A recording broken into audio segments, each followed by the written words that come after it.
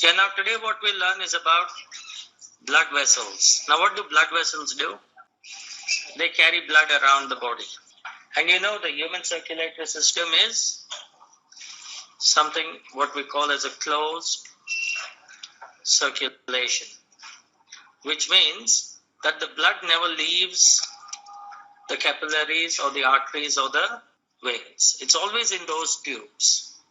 There are some animals which have an open circulatory system. You know what happens then? The blood will be pumped from the heart into arteries, and then it fills a space, a sinus. A sinus is a fluid-filled cavity. Is it clear? It fills a sinus, exchange will take place, and then it will collect back into some veins and go back to the heart. Those are open circulatory systems. Is it clear? Very useful for small animals, but not for humans or larger mammals. Is it clear? In fact, not for mammals at all. It's for the invertebrates. Clear? Now, so the blood circulates from the heart. It goes into arteries. Then the arteries branch into arterioles, which are tiny arteries. Clear? The arterioles will then form a capillary network. Okay? Now you see these arterioles will then branch into a capillary network, and that capillary network, exchange of materials will take place, tissue fluid will form, tissue fluid will be reabsorbed, tissues will be supplied with nutrients, wastes will be removed, and then the blood will collect back into venules, which are small veins. Those will then form veins, and the veins will carry the blood back to the heart. So you see, the blood never leaves any of these tubes. Is it clear? And we must know the features of arteries, capillaries, and veins and relate the structure of these to their functions. Tell me the function of arteries from the diagram. Carries blood away from the heart towards the tissues of the body, towards the organs. Is it clear? Function of capillaries allows the exchange of materials between the blood and the cells or the tissues. Function of veins carries the blood back to the heart. Is it clear? Now, if you remember another thing, in the arteries you will have something called the pulse. Do you remember what the pulse is? Quickly. What's a pulse? The stretching of the artery when? Stretching of the artery during what? During ventricular systole. The artery wall stretches. So you'll feel the artery stretching. You'll feel it receiving blood and swelling. Is it clear? And then you will find the artery recoiling. It's not collapsing, but it's actually recoiling and squeezing the blood. Is it clear? The smooth muscles are contracting and squeezing the blood forward. So you have the stretching of the artery during ventricular systole, followed by we call it elastic recoil during what period? Diastole of the heart, isn't it? So when the heart is relaxing, the arteries are squeezing the blood and maintaining the high pressure. So the pressure in the artery never falls. The pressure goes higher and then remains high. Then higher, remains high. The higher pressure is because of ventricular systole. The high pressure is because of the elastic recoil of the artery wall. And that's what we feel as the pulse. The stretching, the swelling of the artery, and then the recoil. Is it clear? Now, what about the veins? The veins have blood at very, very, very low pressure. You must remember, there is something called pressure flow, more commonly known as mass flow. If you are asked how the blood flows in the human circulatory system, your answer has to be by mass flow, from high pressure to low pressure. It's not by diffusion, it's not by active transport, it's not by any of the other means, it is by mass flow from high pressure to low pressure. So where should the pressure be the highest? If the blood has to flow from heart to arteries, arterioles, capillaries, venules, veins, where should the pressure be the highest? In the artery. Where should the pressure be the lowest? In the veins. Then only the blood can flow from high pressure to low pressure. Otherwise the blood can't flow. Do you understand? So the blood in your circulatory system flows down the pressure gradient from high to low pressure, and that's what we call as mass flow or bulk flow. It's also called bulk flow. So don't be confused by these. It's all the same thing. Now, how can the pressure in the veins be low and still carry the blood back to your heart? Just imagine the pressure in your veins in the leg is low, but still the blood is going up to your heart, which is against the force of. How is that even possible? You know, if you think about it, you never keep your feet still. You're always flexing your muscles. Clear? Even if you're sitting still, you're moving your legs, you're shifting about. You know, it's habitual for us. It helps to keep the blood flowing. If you don't move your feet for a long time, you start to get cramps. It starts to get numb because of lack of blood flow. How many of you have not experienced this? Because I know fewer hands will be raised. How many of you have not experienced this? Nobody. Sometime or the other, if you're sitting in an awkward position, squeezing the artery and squeezing the vein, not allowing blood to flow, not moving your legs, it will get numb. That's because of lack of blood flow. Do you get this? Now, how can the blood in the arteries flow back to the heart? See, for that, you need to use your skeletal muscles. Now, this is the semilunar valves in the veins. All along its length, there are valves.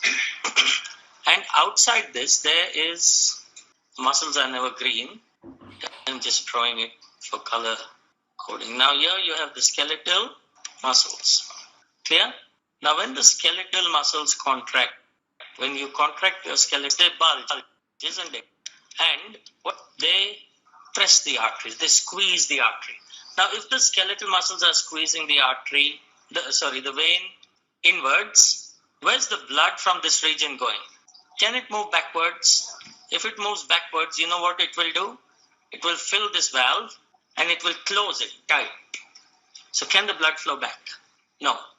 Can the blood flow there? Yes, it can, because the valves are designed in such a way that if the pressure from the bottom is higher, it will open up. But if the pressure from top is more, it will close. Do you understand this? So to get blood back to your heart, you constantly need to use your skeletal muscles, your muscles in the legs, in your calves, in the shin, in the thighs. Clear? They're constantly squeezing the veins and pushing the blood back to your heart, which is why when you exercise, when you jog, when you do a lot of walking, your muscles get more toned up and blood flow becomes easier in the veins. Is it clear? Because your muscles are now tight against the veins, pulling them in or squeezing them easily. Is that clear? Now, the valves will then prevent the backflow of blood and the blood can flow back to the heart. Now, that's one way. Skeletal muscles and the valves. Another way is when you're breathing. You know, all this blood will go back into your heart. And when you are inhaling, where's your heart? I'll come back to the first question I asked you. Where's your heart? Your heart is in your thoracic cavity. It's a closed chamber, sealed from all sides. After your brain, it's the most protected organ in your body. Clear? And the heart, when you inhale, there will be a low pressure in your thoracic cavity, which will cause suction pressure, a suction force, which will suck the blood back into your thoracic cavity from the lower regions of your body. So breathing movements also play a role in bringing the blood back to the heart in the veins. Is it clear? Now, so you know now what arteries do. They carry blood under very, very high pressure. They have to exert an elastic recoil and push the blood forward. The capillaries allow exchange of materials. Pressure is low. In fact, the pressure falls in the capillaries. And then the blood goes into the veins, which have a still lower pressure than in the capillaries. Why? because only then blood can flow down the pressure gradient. Otherwise, there won't be a pressure gradient. Is it clear? And then finally, what will happen? The blood flows into the veins, and your skeletal muscles and breathing movement and the semilunar valves together will assist the blood to flow back into your heart. Is this point clear? Now tell me, what else? How else will the flow differ? If you're in the artery, and if you were to draw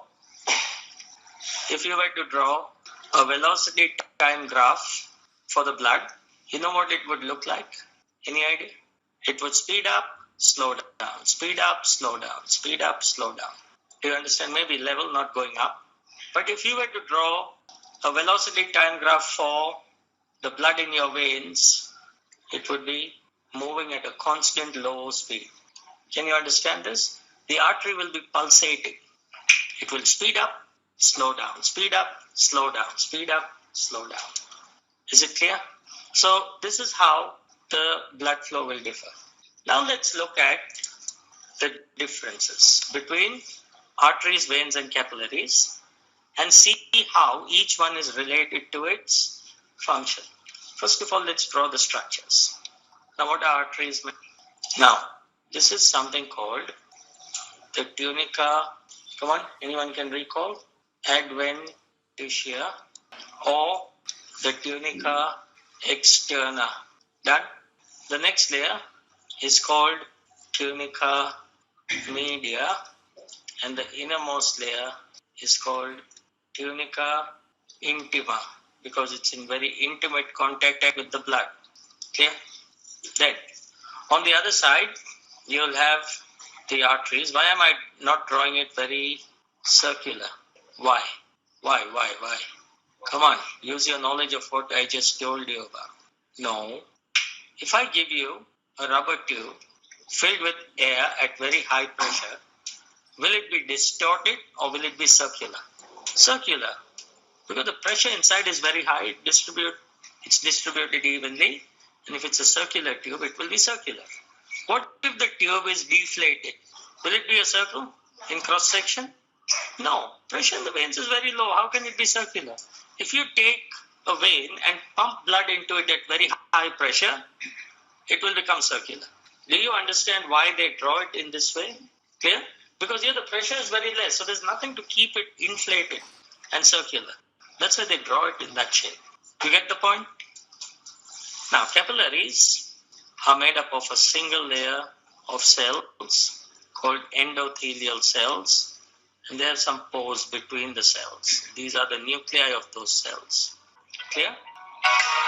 So basically, this is what is happening. Now, same layers: tunica, adventitia, tunica media, tunica intima. This is the same as tunica intima. It's just a single layer of endothelial cells. There's nothing else in the capillary wall. Now, this has intercellular pores. Any doubts, any questions? Anyone? Now let's come to, obviously this is an artery, this is a capillary, and this is, now let's come to the composition of each. Tunica externa is made up of collagen fibers, which is a very, very, very strong protein. Collagen is a very strong protein. It's thread-like, fibrous, and it's very strong. That's why your arteries don't rupture. If they do, you'll suffer from a stroke, or your blood pressure will fall very quickly and you'll die, because the blood won't reach your brain. Is it clear? There'll be internal hemorrhage, that's bleeding, your pressure will fall, you'll die. That's why if there's any accident where your arteries are damaged, they have to immediately open you up and surgically clip the arteries so that it prevents blood loss. Now, so this is made up of collagen and connective tissue. And why is it so? Obviously, because the pressure is very high, there's a thicker layer of collagen fibers and connective tissue to provide mechanical support, physical strength to withstand the high pressure. Is that clear? Okay, so this is very strong to withstand the high pressure. You can see in the veins, you have the same thing, but it's much thinner. Why? Because pressure is very low. It's not really needed. Clear? Then, let's look at tunica media. Now, what's the role of tunica media in the arteries? See, tunica media is made up of two components. Smooth muscle. You know, for sometimes you need to divert blood flow from one region of your body to another. I'll give you an example. If you are frightened, a genie comes in front of you. Okay? Now, what's going to happen? Yes. Now you see what happens is your face will go white. Why does that happen? You know, when you are facing an emergency, you don't need blood in your skin. You need blood in your skeletal muscles to run away or to fight. Either way, you need to use your muscles. You need more blood going there. You don't need blood in your skin. So what happens is the arteries which are supplying blood to your skin, they'll constrict. And they'll say, no need of blood going there. You go to the skeletal muscles. And the skeletal muscle arteries, they will dilate. So what will now happen? More blood will flow to your liver. More blood will flow to your skeletal muscles. Less blood to your skin, which will help you to perform better. You can either run away very quickly or you can fight very well because your muscles will be getting lots of oxygen, lots of glucose. They won't tire out easily. They'll have lots of energy because respiration will be more. Can you understand that? Now, how is that possible? Because the artery walls have smooth muscles, when they contract, the arteries will narrow and the blood flow can be diverted. Is it clear? Any doubts? Now, the artery walls also have something else. They have another type of muscle which we call as elastic fibers. Now, I'm sure all of you know what this is for. Tell me. To exert the elastic recoil and push the blood forward in the arteries during diastole. We just discussed about that, didn't we? Is it clear? And finally, the tunica intima is made up of a single layer of endothelial cells, which are very, very, very flat cells. If you're thinking of these cells, think of the tiles on the floor. You know the floor tiles which you put on the floor? Why do you put floor tiles? Why do you put floor tiles? Is it very rough or is it smooth? Easy to clean. But in the arteries and veins and capillaries, it's not because it's easy to clean. It's because it reduces friction. The blood can easily flow. So peripheral friction, there's something called peripheral friction, which is the friction between the walls of the arteries, veins and capillaries and the blood as it flows. Do you get that? That friction will be lowered if the walls are very smooth. And that means the heart won't have to work so hard to pump the blood around the body. Is this clear? So you should know all about each of the layers, what each layer is made up of and why it is so. Is that clear now? Okay, now it becomes very easy. Now let's quickly list the features of arteries, veins and capillaries. Now tell me, arteries, what's their function? Carry blood away from the heart. Is it clear? What do capillaries do? Capillaries carry blood from the arteries to veins, or more technically from arterioles to venules. Clear? What do veins do?